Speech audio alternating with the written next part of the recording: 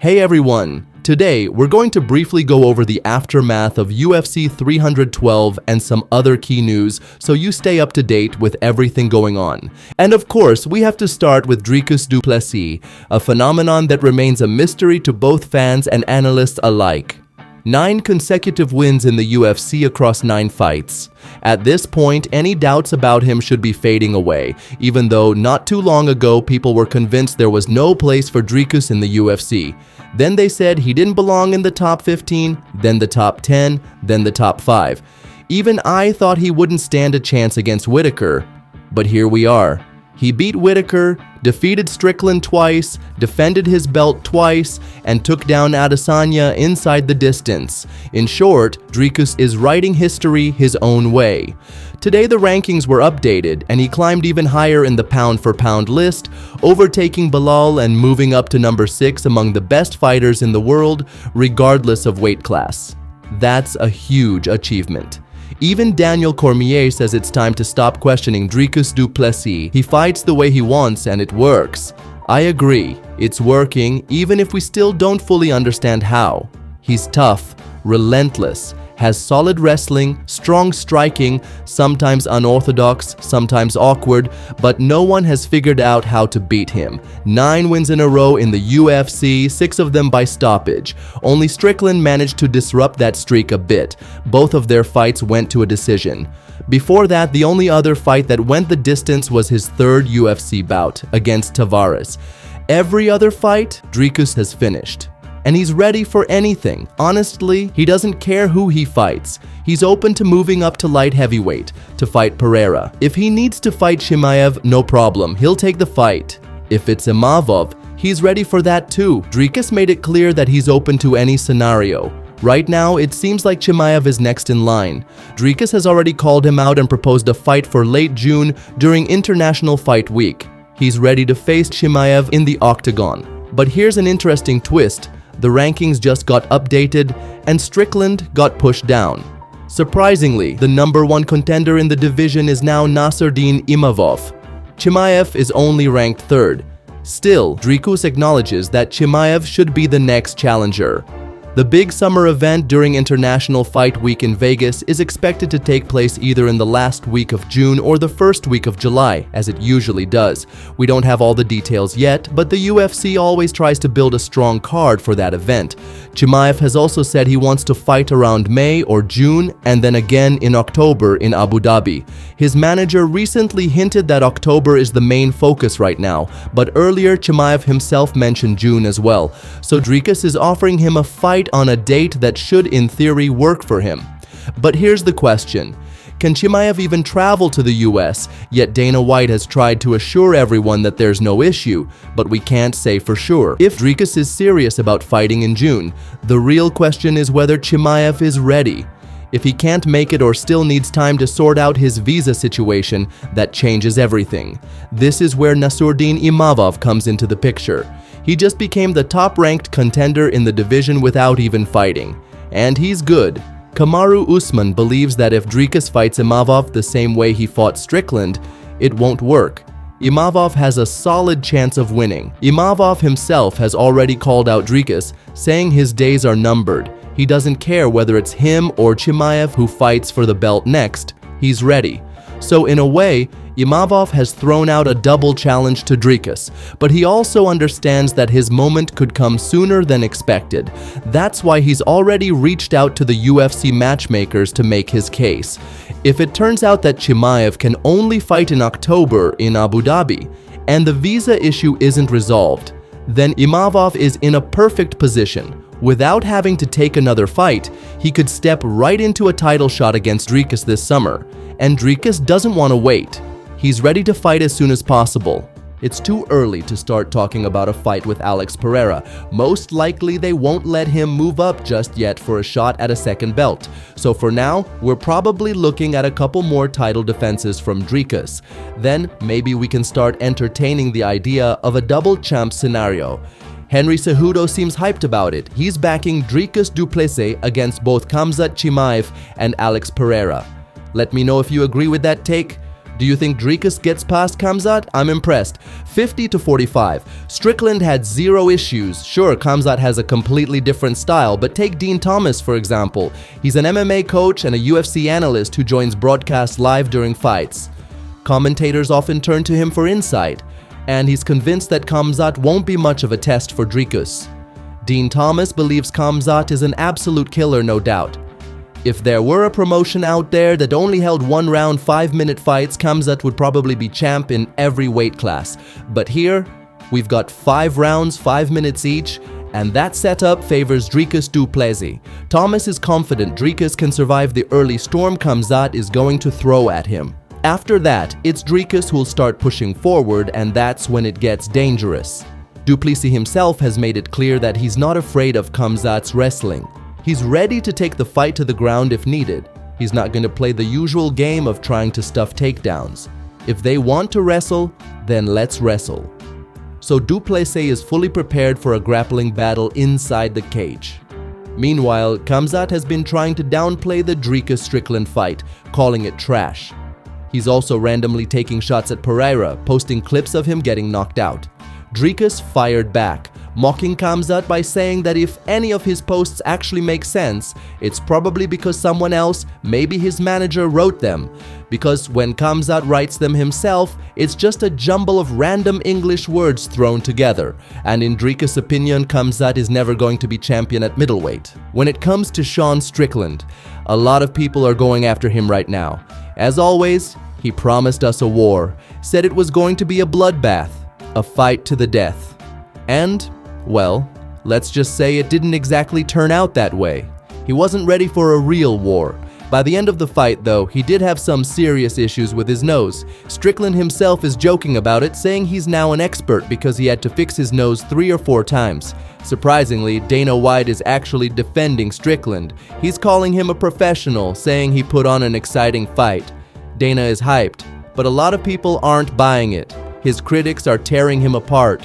Guys like Bilal Muhammad, who went straight at him, calling him a clown and a racist. Dean Thomas? He's straight up pissed. He says Sean Strickland fooled everyone once again. Calls him a fraud, a guy pretending to be someone he's not. Promises to be this fearless fighter. Promises something special. Talks about going all the way and leaving everything in the cage. But when the time comes, he doesn't do it. He's not fighting to the death. And honestly, it's surprising how hard Dean Thomas is going at him. Then of course, a few people who've had beef with Strickland in the past wasted no time trolling him. Now, what do you guys want to see next for Dricus Du Plessis? Who should he fight? Khamzat? Chimaev? Maybe Pereira? Dricus is loving everything that's happening in his life right now. Had a beer inside the arena, then had another one as soon as he walked out. He's living his best life at the moment. And just a quick reminder, UFC isn't taking any breaks. There's another card next week, Cannonier versus Rodriguez. And then right after that, 2 weeks from now, we've got Cejudo vs Song, another solid card. Not to mention the Dustin versus. Hooker fight at UFC 313 is coming up soon, along with Pereira vs Ankalaev. Basically, every single week for the next month, we've got fights lined up. No breaks. So stay tuned. The year 2025 has just begun, and the list of undefeated fighters keeps growing. Though, at this point, even the ones with losses are still making waves. Tatiana Suarez just joined that list, and honestly, she looked absolutely terrible in her fight against Weili Zhang. Weili was simply on another level. She now has 6 title fight victories in the UFC, which by the way, is the same number as Joanna Jędrzejczyk. So, little by little, Weili Zhang is rewriting history. Huge respect to this humble fighter from China, who also hinted that she's open to any fight. A bout with Valentina Shevchenko is something she's interested in, if of course the timing works out. Dana White even mentioned that this fight could happen. Weili, for her part, acknowledged that it's a possibility but didn't go out of her way to demand it. That wraps up this card. Alexander Topuria also had a solid debut. Very confident. He fights a lot like his brother, and he looked sharp. 30-27. No early finish, but then again, this was Colby Tickness. 2 debutants facing off, so I'll get a better sense of Alexander Topuria's real level when he's up against more established UFC fighters that we can properly gauge. Meanwhile, Ilia Topuria is already promising that his brother will become a champion too, and that the UFC will have 3 Georgian champions soon. Now, let's talk about Israel Adesanya, who was present at this event. We've already discussed his newfound friendship with Pereira, but what really stood out to me was his interaction with referee Mark Goddard. There's even a meme about how Goddard is supposedly responsible for all of Adesanya's losses since he officiated those fights, though of course he's also been the ref for plenty of Adesanya's wins. What was interesting is that when they met, it was actually a really warm moment. Goddard even apologized. It seems like the ref felt a little awkward about one of his stoppages and made it clear to Israel that if it were up to him, he'd never stop fights, but it's part of the job. Adesanya, on the other hand, stopped him right there and told him not to apologize, saying, "You're a great ref." Adesanya even admitted that the stoppage in the fight with Imavov was justified. He made it clear that he was actually rocked in that moment, just running on instinct, so the ref did the right thing. However, he also hinted that he wasn't entirely happy with the stoppage in New York, his first fight against Pereira. Back then, he looked wobbled, but as you might remember, he later said he was still trying to slip punches and stay in control. But again, massive respect from Adesanya to Goddard.